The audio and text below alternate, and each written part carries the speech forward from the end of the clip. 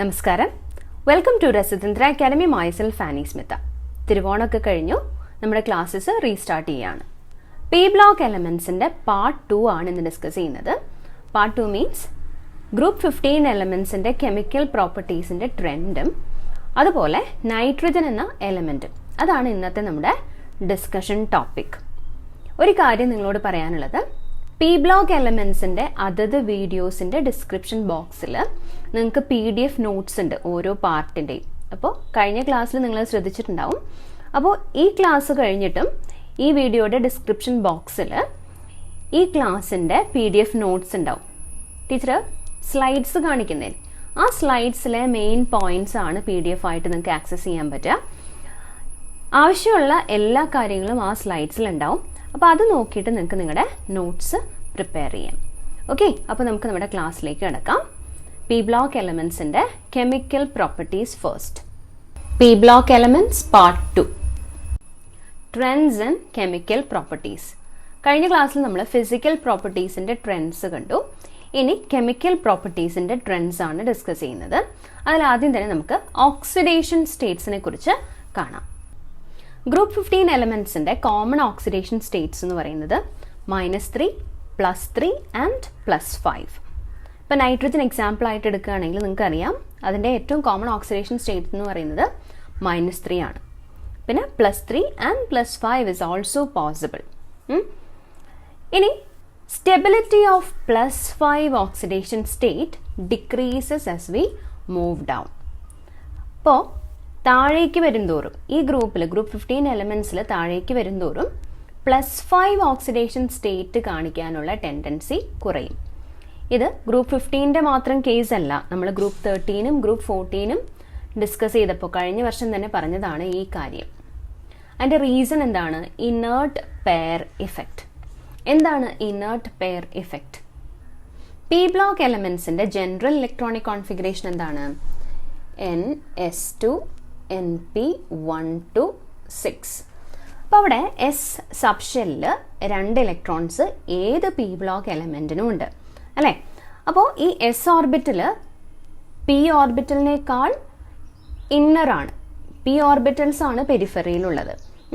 അപ്പോൾ S subshell ന്യൂക്ലിയസിനോട് കുറച്ചുകൂടെ അടുത്താണ് പി ഓർബിറ്റൽസിനെ അപേക്ഷിച്ച് നോക്കുമ്പോൾ. NS Np അങ്ങനെയല്ലേ? അപ്പോൾ എസ് ഓർബിറ്റൽസ് ആർ ഇന്നർ. അതുകൊണ്ട് തന്നെ എസ് ഓർബിറ്റലിലെ ഇലക്ട്രോൺസിന് ബോണ്ടിങ്ങിൽ പങ്കെടുക്കാനൊരു താല്പര്യക്കുറവുണ്ട്. ആ റിലക്റ്റൻസ് കൊണ്ട് എന്ത് സംഭവിക്കും? അവരുടെ ഗ്രൂപ്പ് ഓക്സിഡേഷൻ സ്റ്റേറ്റിൽ നിന്നും 2 ഓക്സിഡേഷൻ സ്റ്റേറ്റ് കുറവേ അവർ താഴേക്ക് വരുംതോറും കാണിക്കുള്ളൂ. ഇപ്പോൾ +5 ആണ് അവരുടെ ഗ്രൂപ്പ് ഓക്സിഡേഷൻ സ്റ്റേറ്റ് എങ്കിൽ അതിൽ 2 കുറവ്, +3 ഓക്സിഡേഷൻ സ്റ്റേറ്റ് ആണ് അവർ കൂടുതലും കാണിക്കുക. ഗ്രൂപ്പ് ഓക്സിഡേഷൻ സ്റ്റേറ്റ് എന്താണെന്ന് മനസ്സിലായോ? ഇപ്പോൾ നമ്മൾ NS2 Np3 നമ്മുടെ ഗ്രൂപ്പ് 15 എലമെന്റ്സ് എടുക്കുകയാണെങ്കിൽ എസ് ഓർബിറ്റലിൽ 2 ഇലക്ട്രോൺസ്, പി ഓർബിറ്റൽസിൽ 3 ഇലക്ട്രോൺസ്. അപ്പോൾ total 5 electrons. Maximum oxidation state possible എന്ന് പറയുന്നത് +5 ആണ്. വാലൻസ് ഷെല്ലിൽ 5 ഇലക്ട്രോൺസ് അല്ലേ ഉള്ളത്. 2 ഇലക്ട്രോൺസ് എസിലും 3 ഇലക്ട്രോൺസ് പിയിലും. ഇപ്പോൾ മാക്സിമം 5 ആണെങ്കിൽ അതിൽ എസ് ഓർബിറ്റൽസ്, എസ് ഇലക്ട്രോൺസ് 2 എണ്ണം ബോണ്ടിങ്ങിൽ പങ്കെടുക്കാതിരുന്ന് കഴിയുമ്പോൾ ബാക്കി 3 ഇലക്ട്രോൺസ് മാത്രമാണ് ബോണ്ടിങ്ങിൽ പങ്കെടുക്കുന്നത്. അങ്ങനെയാണ് ഗ്രൂപ്പ് ഓക്സിഡേഷൻ സ്റ്റേറ്റിൽ നിന്നും 2 കുറയുന്നത്. Hope you understood. അപ്പോൾ ഇതിനെയാണ് നമ്മൾ ഇനേർട്ട് പെയർ ഇഫക്റ്റ് എന്ന് വിളിക്കുന്നത്. ഇനി കോമൺ ഓക്സിഡേഷൻ സ്റ്റേറ്റ്സ് എന്നാണ് നമ്മൾ -3, +3, +5 എന്ന് പറഞ്ഞത്. പക്ഷേ അതിൻ്റെ അർത്ഥം +1ഉം +2ഉം +4 ഒന്നും കാണിക്കില്ല എന്നല്ല. There are chances that +1, +2 and +4 oxidation states exist. നൈട്രജനിൽ exist ചെയ്യുന്നുമുണ്ട്. ഇനി നൈട്രജന്റെ മറ്റൊരു പ്രത്യേകത എന്താണെന്ന് വെച്ച് കഴിഞ്ഞാൽ +1 to +4 ഓക്സിഡേഷൻ സ്റ്റേറ്റ്സ് ഏതെങ്കിലും കോമ്പൗണ്ട്സിൽ അത് കാണിക്കുകയാണെങ്കിൽ അതിൻ്റെ ടെൻഡൻസി ഡിസ്പ്രപ്പോർഷനേറ്റ് ചെയ്യാനായിരിക്കും. What is the meaning of disproportionation? കഴിഞ്ഞ വർഷം നമ്മൾ ടൈപ്സ് ഓഫ് റിഡോക്സ് റിയാക്ഷൻസ് പഠിച്ചതാണ് disproportionation reaction. Same element gets oxidized and reduced. Disproportionation നടക്കുന്നത് ആസിഡ് മീഡിയത്തിലാണ്. ഇവിടെ എക്സാമ്പിൾ തന്നിരിക്കുന്നത് നൈട്രസ് ആസിഡ് HNO2. HNO2ൽ നൈട്രജന്റെ ഓക്സിഡേഷൻ സ്റ്റേറ്റ് കാൽക്കുലേറ്റ് ചെയ്യാം. നമുക്ക് എത്രയാണ്? ഈ നൈട്രജനിലെ ഓക്സിഡേഷൻ സ്റ്റേറ്റ് എത്രയായിരിക്കും?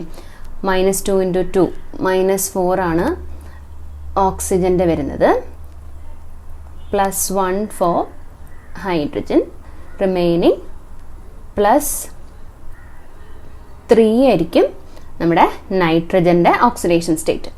ഇനി നൈട്രിക് ആസിഡ് ആണ് ഇവിടെ. നൈട്രിക് ആസിഡിൽ ഓക്സിജൻ്റെ ഓക്സിഡേഷൻ സ്റ്റേറ്റ് -6 വരും, +1 ആണ് ഹൈഡ്രജന്. അപ്പോൾ ബാക്കി oxidation state for nitrogen will be +5. ഇനി ഇവിടെ നൈട്രിക് ഓക്സൈഡിൽ ഓക്സിജൻ്റെ ഓക്സിഡേഷൻ സ്റ്റേറ്റ് -2 ആണെങ്കിൽ നൈട്രജൻ്റെ will be +2. So the same element nitrogen is oxidized and reduced അല്ലേ?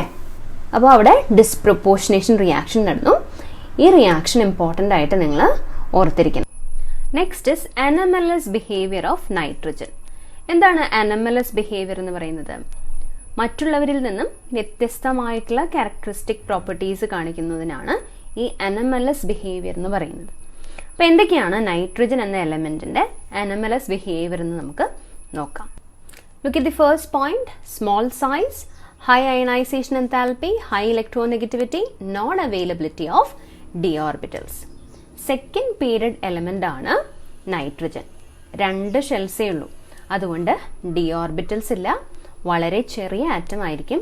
ഏറ്റവും കൂടുതൽ അയണൈസേഷൻ എൻതാൽപ്പിയും ഇലക്ട്രോനെഗറ്റിവിറ്റിയും. നൈട്രജന്റെ ഫാമിലിയിൽ ഏറ്റവും കൂടുതൽ അയണൈസേഷൻ എൻതാൽപ്പിയും ഏറ്റവും കൂടുതൽ ഇലക്ട്രോനെഗറ്റിവിറ്റിയും ഉള്ളത് നൈട്രജൻ ആയിരിക്കും. അപ്പോൾ അത് ഒരു വലിയ കാര്യമാണ് ബാക്കി എലമെന്റ്സിൽ നിന്നും വ്യത്യസ്തമാക്കാൻ വേണ്ടിയിട്ട്. പിന്നെ രണ്ടാമത്തെ പോയിന്റ് നോക്കൂ. Nitrogen has the unique ability to form multiple bonds with itself and with other elements. p-pi multiple bonds. Heavier elements cannot form p-pi multiple bonds because the atomic orbitals are large and diffuse, hence they cannot overlap effectively. 2 തരം covalent bonds ആണ് നമുക്കറിയാവുന്നത്, sigma and pi bonds. Sigma bonds form ചെയ്യുന്നത് orbitals head to head overlap ചെയ്യുമ്പോഴും pi bonds form ചെയ്യുന്നത് lateral ആയിട്ടുള്ള ഓവർലാപ്പിങ്ങിലുമാണ്. അപ്പോൾ ഇത് രണ്ടും ടീച്ചർ ചെറുതായിട്ടൊന്ന് ഓർമ്മപ്പെടുത്താം പി ഓർബിറ്റൽസ് വെച്ചിട്ട്.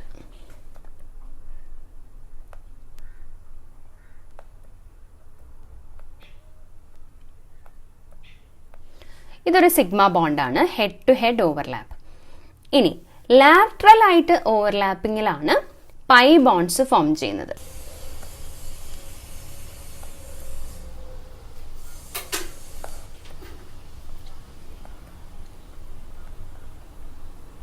So this is a pi bond.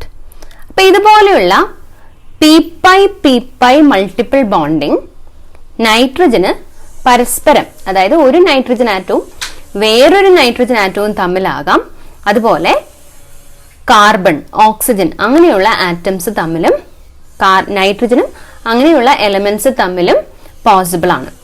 പക്ഷേ ഹെവിയർ ആയിട്ടുള്ള എലമെന്റ്സിന്റെ കേസിൽ ഇപ്പോൾ 3rd ഷെൽ 4th ഷെല്ലൊക്കെ വരുമ്പോൾ പി ഓർബിറ്റൽസ് വളരെ ദൂരത്തിലാണ് അല്ലെ, ഡിഫ്യൂസ്ഡ് ആണ്, അതിന്റെ സൈസ് ഒരുപാട് ഡിഫ്യൂസ്ഡ് ആണ് സ്പേസിൽ.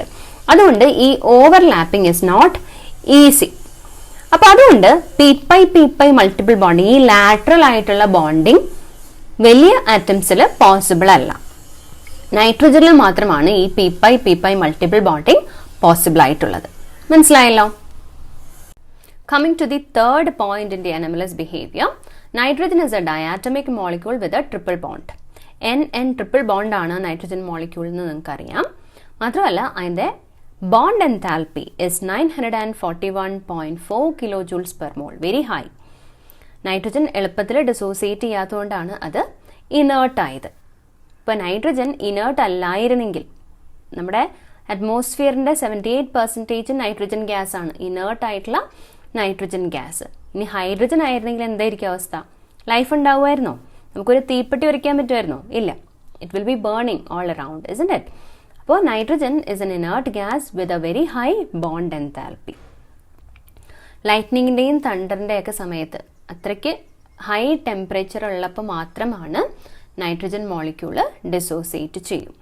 ഇനി other elements form single bonds. ഇത് anomalous behavior ആണ് നമ്മൾ ഡിസ്കസ് ചെയ്തുകൊണ്ടിരിക്കുന്നത്. Rest of the elements in the 15th group they have only single bonds. അവർക്ക് ഈ ട്രിപ്പിൾ ബോണ്ട് ഒന്നുമില്ല. മാത്രമല്ല single NN is weaker than PP because of high inter electronic repulsion of the non bonding electrons owing to the small bond length. വളരെ lengthy ആയിട്ടുള്ള sentence ആണ്. എന്താണ് അതിന്റെ meaning എന്ന് പറഞ്ഞുതരാം. NN സിംഗിൾ ബോണ്ട് വീക്കറാണ്. ഇപ്പൊ PP സിംഗിൾ ബോണ്ടിനേക്കാൾ വീക്കറാണ് NN single bond. NN triple bond ആണ് സ്ട്രോങ്ങർ ആയിട്ടുള്ളത്. ഇതിന്റെ കാരണം nitrogen is the smallest atom in the group അല്ലേ. കാരണം അത് മാത്രമല്ല അതിന്റെ bond length NN bond length is very small. Lone pair repulsion ആണ് ഏറ്റവും ഹയസ്റ്റ് ആയിട്ടുള്ള റിപ്പൾഷൻ എന്ന് നിങ്ങൾക്കറിയാം. VSEPR തിയറി പ്രകാരം the highest repulsion is between the lone pair of electrons. രണ്ട് നൈട്രജൻ ആറ്റംസിലെയും ഇപ്പോൾ ഒരു നൈട്രജൻ മോളിക്യൂൾ എടുക്കുകയാണെങ്കിൽ രണ്ട് നൈട്രജൻ ആറ്റംസിലെയും ലോൺ പെയേഴ്സ് തമ്മിലുള്ള റിപ്പൾഷൻ വളരെ ഹൈ ആണ്. അതുകൊണ്ട് single bond formation catenation is not easy. Catenation അറിയാലോ, linking with itself. N അങ്ങനെ ഉള്ള ലിങ്കിങ് പോസിബിൾ അല്ല. കാർബൺ ടു കാർബൺ ബോണ്ട്സ് എത്ര വേണമെങ്കിലും ലോങ് ചെയിൻ പോസിബിൾ ആണല്ലോ. അതുപോലെ nitrogen long chain is not possible. Last point, nitrogen cannot form d-pi-p-pi multiple bond. d-pi-p-pi multiple bond pi bond തന്നെയാണ്. d ഓർബിറ്റലും p ഓർബിറ്റലും കൂടെ ഓവർലാപ്പ് ചെയ്തുണ്ടാകുന്ന പൈ ബോണ്ട്സ് അത് നൈട്രജനിൽ possible അല്ല. കാരണം നൈട്രജനിൽ d ഓർബിറ്റൽസ് ഇല്ല. അതേസമയം ഫോസ്ഫറസിലും ആർസനിക്കിലും അത് കാണാൻ സാധിക്കും. Examples are given R3p double bond O, R3p double bond CH2, phosphorus triethyl, arsenic triphenyl. Reactivity towards hydrogen. ഹൈഡ്രജനുമായിട്ട് ഈ ഗ്രൂപ്പ് 15 എലമെന്റ്സ് എങ്ങനെ റിയാക്ട് ചെയ്യും? ഗ്രൂപ്പ് 15 എലമെന്റ്സ് ഹൈഡ്രജനുമായിട്ട് റിയാക്ട് ചെയ്ത് കഴിഞ്ഞാൽ EH3, E for the element, group 15 എലമെന്റിനെയാണ് E സൂചിപ്പിക്കുന്നത്. Hydrogen thrice. For example ammonia NH3, phosphorus ആണെങ്കിൽ PH3 ഫോസ്ഫീൻ. ഇനി ഹൈഡ്രൈഡുകളുടെ പ്രോപ്പർട്ടീസ് ആണ് പറയാൻ പോകുന്നത്. അമോണിയയിൽ നിന്നും ബിസ്മത്ത് ഹൈഡ്രൈഡിലേക്ക് വരുമ്പോൾ സ്റ്റെബിലിറ്റി ഡിക്രീസസ്. കാരണം എന്തായിരിക്കും? ഗ്രൂപ്പിൽ താഴേക്ക് വരുന്തോറും ആറ്റത്തിന്റെ സൈസ് കൂടും. Nitrogen is the smallest atom and bismuth is the largest atom. അങ്ങനെ വരുമ്പോൾ ഹൈഡ്രൈഡുകളുടെ bond dissociation enthalpy will be decreasing as you come down. ആറ്റത്തിന്റെ സൈസ് കൂടുന്തോറും ബോണ്ട് ലെങ്ത് കൂടും നമ്മൾ പഠിച്ചിട്ടുണ്ട് അല്ലേ. ബോണ്ട് ലെങ്ത് കൂടുന്തോറും ബോണ്ട് സ്ട്രെങ്ത് കുറയും. ഇപ്പം ലാർജ് ആറ്റവും ബിസ്മത്തും ഹൈഡ്രജനും തമ്മിലുള്ള ബോണ്ട് ലെങ്ത് വളരെ കൂടുതലായിരിക്കും. അതുകൊണ്ട് തന്നെ ബോണ്ട് സ്ട്രെങ്ത് കുറയും, ബോണ്ട് എൻതാൽപ്പിയും കുറവായിരിക്കും. അപ്പോൾ അതിനെ ബ്രേക്ക് ചെയ്യാനായിട്ട് ചെറിയൊരു എനർജി മതി. So the stability is less as you move down the group. ഇനി reducing character. What is this reducing character? Reducing character എന്ന് പറഞ്ഞാൽ എന്താണ്? അഡിഷൻ ഓഫ് ഹൈഡ്രജൻ ആണ് റിഡക്ഷൻ എന്ന് പറയുന്നത്. അപ്പോൾ റെഡ്യൂസിങ് പ്രോപ്പർട്ടി, ഇവരുടെ റെഡ്യൂസിങ് പ്രോപ്പർട്ടി എന്ന് പറയുമ്പോൾ ഇവര് ഹൈഡ്രജനെ കൊടുക്കുന്നത് എന്നല്ലേ അർത്ഥം. അപ്പോൾ ഇവർക്കിടയിൽ ഹൈഡ്രജനെ എളുപ്പം കൊടുക്കാൻ സാധിക്കുന്നത് ആർക്കായിരിക്കും? ഏറ്റവും താഴെ കിടക്കുന്ന ആൾക്കാണ്. കാരണം ബോണ്ട് ഡിസോസിയേഷൻ എൻതാൽപ്പി വളരെ കുറവ്, ഏറ്റവും കുറവ് ആർക്കാണ്? ബിസ്മത്ത് ഹൈഡ്രൈഡിനാണ്. താഴേക്ക് വരുന്തോറും ബോണ്ട് എൻതാൽപ്പി കുറയുമ്പോൾ ഏറ്റവും എളുപ്പത്തിൽ ഹൈഡ്രജനെ വിട്ടുകൊടുക്കുന്ന ആള് ആരാണ്? ഇവർക്കിടയിൽ ബിസ്മത്ത് ഹൈഡ്രൈഡ് ആണ്. So the reducing character increases as you come down. Clear ആയല്ലോ? Basic character decreases down the group. Basic character decrease ചെയ്യുന്നത് എന്തുകൊണ്ടാണ്? അസിഡിക് ക്യാരക്ടർ താഴോട്ട് വരുന്തോറും ഇൻക്രീസ് ചെയ്യുന്നത് കൊണ്ടാണ്. അസിഡിക് ക്യാരക്ടർ എന്താണ്? റെഡ്യൂസിങ് ക്യാരക്ടർ പോലെ തന്നെയാണ്. കാരണം ഹൈഡ്രജനെ വിട്ടുകൊടുക്കുന്നത് ഏറ്റവും എളുപ്പത്തിൽ വിട്ടുകൊടുക്കുന്ന ആളാണ് ഏറ്റവും കൂടുതൽ അസിഡിക് ആയിട്ടുള്ളത്.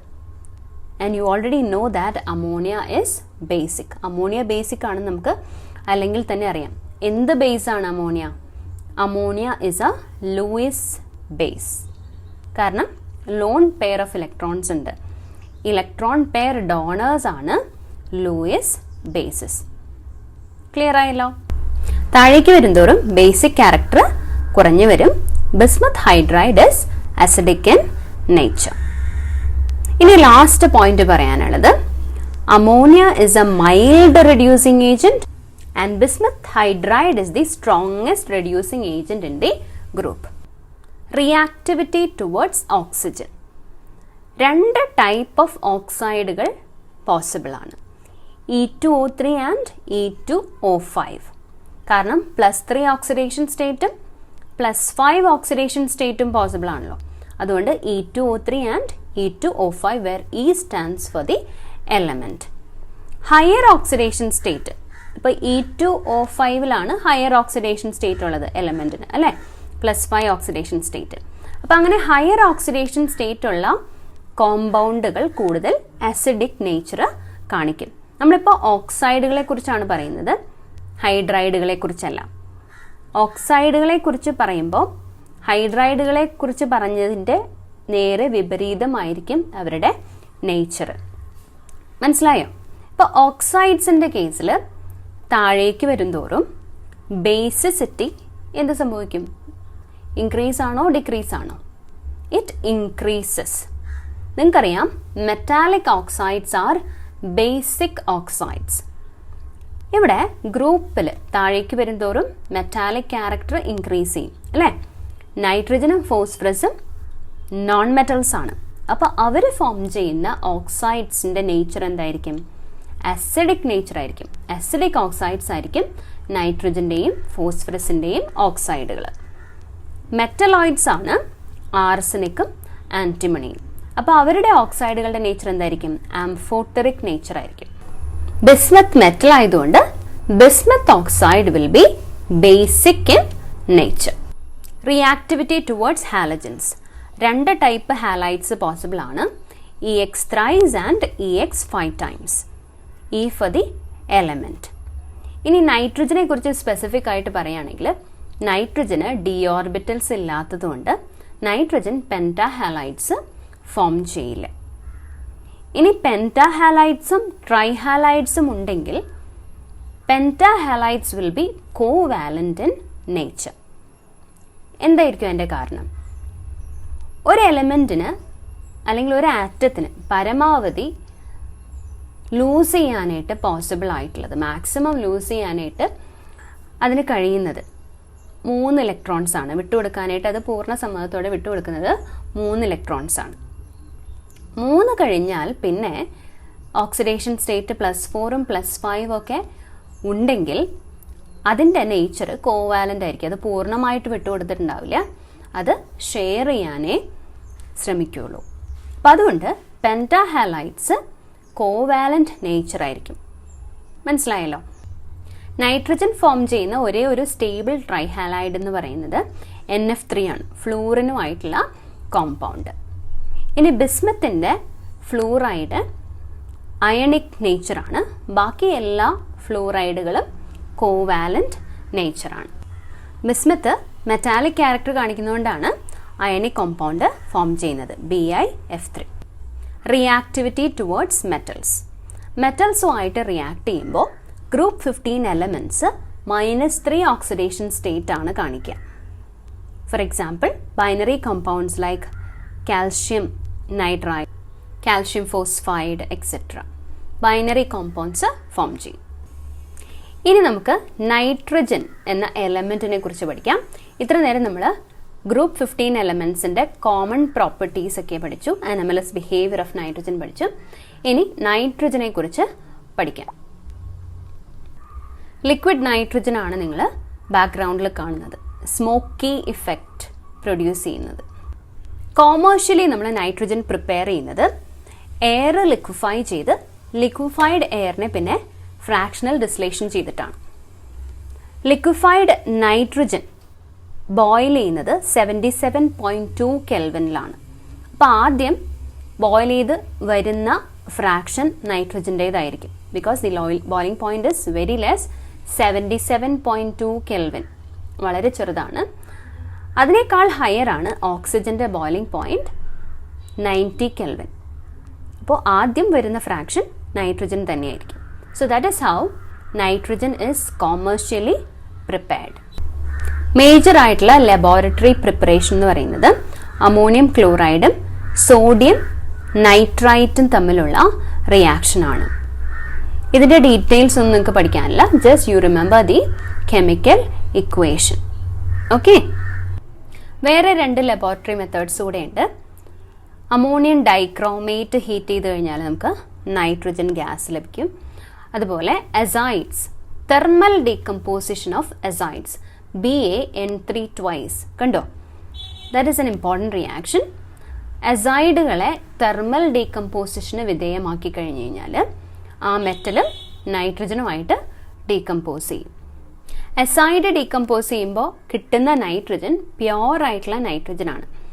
അതുകൊണ്ട് തന്നെ തെർമൽ ഡീകമ്പോസിഷൻ ഓഫ് അസൈഡ് നമ്മൾ നോട്ട് ചെയ്ത് വെക്കണം. സോഡിയം അസൈഡ് ഡീകമ്പോസ് ചെയ്ത് കഴിഞ്ഞാൽ പ്രോഡക്ട്സ് എന്താണെന്നൊക്കെ നിങ്ങളുടെ ഇൻ ടെക്സ്റ്റ് ക്വസ്റ്റ്യൻസ് ഉണ്ട്. So please note that reaction. Nitrogen എന്ന ഗ്യാസിൻ്റെ ജനറൽ ആയിട്ടുള്ള പ്രോപ്പർട്ടീസ് നിങ്ങൾക്കറിയാം. ടേസ്റ്റ്ലെസ് ആണ്, ഓർഡർലെസ് ആണ്, കളർലെസ് ആണ്, ടോക്സിക് ഒന്നുമല്ല, ഇനേർട്ടാണ്.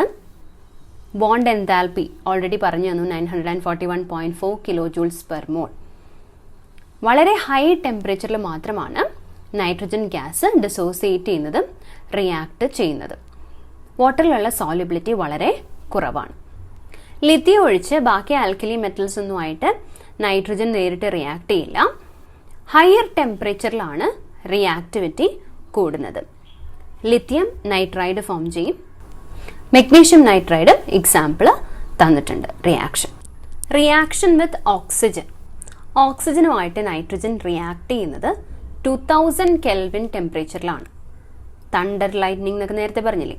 അപ്പോൾ ആ സമയത്ത് 2000 കെൽവിൻ ടെമ്പറേച്ചറൊക്കെ ഉണ്ടാവുമ്പോൾ മാത്രമാണ് നൈട്രജൻ നേച്ചറിൽ ഓക്സിജനുമായിട്ട് കമ്പൈൻ ചെയ്യും. Reaction with non metals, example boron ആണ് തന്നിരിക്കുന്നത്. It will form boron nitride. Reaction with hydrogen നിങ്ങൾക്കറിയാവുന്ന റിയാക്ഷനാണ്. ഹൈഡ്രജനുമായിട്ട് നൈട്രജൻ റിയാക്ട് ചെയ്താൽ ഫോം ചെയ്യുന്നത് അമോണിയ എന്ന കോമ്പൗണ്ടാണ്. അടുത്ത ക്ലാസ്സിൽ നമ്മൾ അമോണിയയെക്കുറിച്ചാണ് പഠിക്കുന്നത്. അമോണിയയെക്കുറിച്ച് പഠിക്കുമ്പോൾ ഈ റിയാക്ഷൻ്റെ കുറേ ഡീറ്റെയിൽസ് നമുക്ക് ഡിസ്കസ് ചെയ്യാനുണ്ട്. ഓക്കെ, അടുത്തത് യൂസസ് ആണ് നൈട്രജൻ്റെ. Liquid nitrogen is used as a refrigerant. Liquid നൈട്രജൻ്റെ ബോയിലിംഗ് പോയിന്റ് ടീച്ചർ നേരത്തെ പറഞ്ഞായിരുന്നു, 77.2 കെൽവിൻ. എത്ര ചെറിയ ടെമ്പറേച്ചറാണ്, ലോ ടെമ്പറേച്ചറാണ്. അപ്പോൾ അതുകൊണ്ട് ലിക്വിഡ് നൈട്രജൻ ഒരു റെഫ്രിജറൻ്റ് ആയിട്ട്, ഇപ്പോൾ ബയോളജിക്കലായിട്ടുള്ള സ്പെസിമെൻ, അതുപോലെ ക്രയോ സർജറി എന്ന് കേട്ടിട്ടുണ്ടാവും നിങ്ങൾ. വളരെ ലോ ആയിട്ടുള്ള ടെമ്പറേച്ചറിൽ നടക്കുന്ന സർജറിയാണ് ക്രയോ സർജറി. അപ്പോൾ അതിന് വേണ്ടിയിട്ടൊക്കെ നമ്മൾ യൂസ് ചെയ്യുന്നത് ലിക്വിഡ് നൈട്രജൻ ആണ്. ഇനി nitrogen gas, nitric acid, nitrous acid, അമോണിയൊക്കെ ഉണ്ടാക്കാനായിട്ട് യൂസ് ചെയ്യുക, അവരുടെയൊക്കെ മാനുഫാക്ചറിന് വേണ്ടിയിട്ട്. പിന്നെ calcium cyanamide. Calcium cyanamide is an important fertiliser. Nitrogen fertilisers ഉണ്ടാക്കാൻ വേണ്ടിയിട്ട് ഉപയോഗിക്കുന്നു. പിന്നെ used for filling electric bulbs.